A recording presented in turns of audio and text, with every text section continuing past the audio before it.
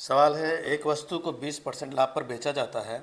यदि लागत मूल्य और बिक्री मूल्य में क्रमशः 50 रुपये और 30 रुपये की वृद्धि की जाती है, यानी कि लागत मूल्य 50 रुपये बढ़ाया गया और बिक्री मूल्य में 30 रुपये बढ़ाया गया, तो लाभ प्रतिशत 10% हो जाता है। मतलब पहले 20% था और 10% हो जाता है। तो मूल लागत मूल्य क्या है, ओरिजिनल लागत मूल्य क्या है?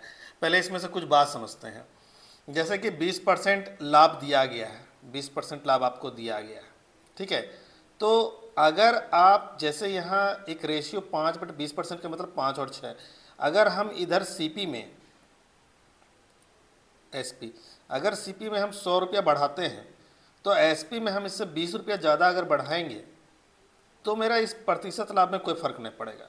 अगर हम इधर 50 बढ़ाते हैं तो इधर 60 लाएंगे, यानी इसका 20% ज़्यादा, तो इस पर कोई फ़र्क नहीं पड़ेगा। बट अगर इधर हम 100 बढ़ाएं और इधर इसके 20% से कम बढ़ाते हैं, जैसे 120 है, अगर हम इधर 110 किए, 90 किए, ठीक है, तो इसका ये प्रतिशत लाभ ये घटेगा। ठीक है, बात समझ में आ रहा है? इस कंसेप्ट को अच्छे से समझिए। अगर 20% है तो हम इधर सीपी जितना बढ़ाएं उसका 20% ज़्यादा हम अगर एसपी में बढ़ाते हैं तो रेशियो मेरा वही रहता है। लेकिन अगर हम इससे कम या ज़्यादा करेंगे तो ये 20% ज़्यादा होगा एसपी, और अगर एसपी को कम करेंगे, ठीक है, इससे कम बढ़ाएंगे तो वो कम हो जाएगा। ठीक है, अब इसी कंसेप्ट में हमारा ये सवाल है। आइए देखते हैं सवाल कैसे सॉल्व करना है। अब देखो ये 50 है, ठीक है, सीपी में हम 50 बढ़ाएं तो इसका 20% हमको ज़्यादा एसपी में बढ़ाना था। ठीक है, देखना, आराम से देखते रहना, आंसर आ जाएगा। तो 50 से 20% ज़्यादा बढ़ाना चाहिए था। कितना बढ़ाना चाहिए था? 60 बढ़ाना चाहिए था। लेकिन हम बढ़ाएं एक्चुअल में कितना विक्रय मूल्य में? 30। तो डिफरेंस कितना का बना? यहाँ डिफरेंस बना मेरा 30 का। याद रखना, इसमें जो भी मेरा सीपी आएगा वो बाद वाला आएगा। तो इधर हम 50 था, इसका 20% 60 हमको करना चाहिए था, लेकिन हम बढ़ाएं 30, यहाँ डिफरेंस मेरा 30 आया।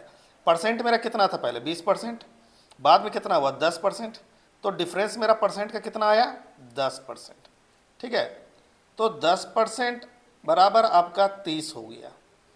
तो 100% बाद का भी क्रय मूल्य निकलेगा हमेशा। 100% 300, यानी बाद का क्रय मूल्य मेरा 300 होगा और ये क्रय मूल्य मेरा 50 रुपये बढ़ाने के बाद इतना आया। तो हमको पहले वाला क्रय मूल्य पता करने के लिए इसमें 50 माइनस कर देना होगा।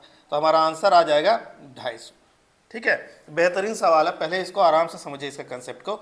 जितना भी आपको बढ़ाना है, अगर इधर 20% है, अगर हम एसपी में भी 20% बढ़ाते हैं, जितना भी बढ़ाएं इधर सीपी में, बस उसका अगर 20% बढ़ाते तो कोई फर्क नहीं पड़ता।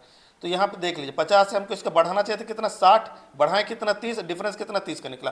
परसेंट का डिफरेंस कितना निकला? 10 का डिफरेंस निकला। 100% निकाल लीजिए, बाद का क्रय मूल्य का निकलेगा।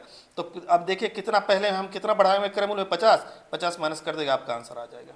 Thank you.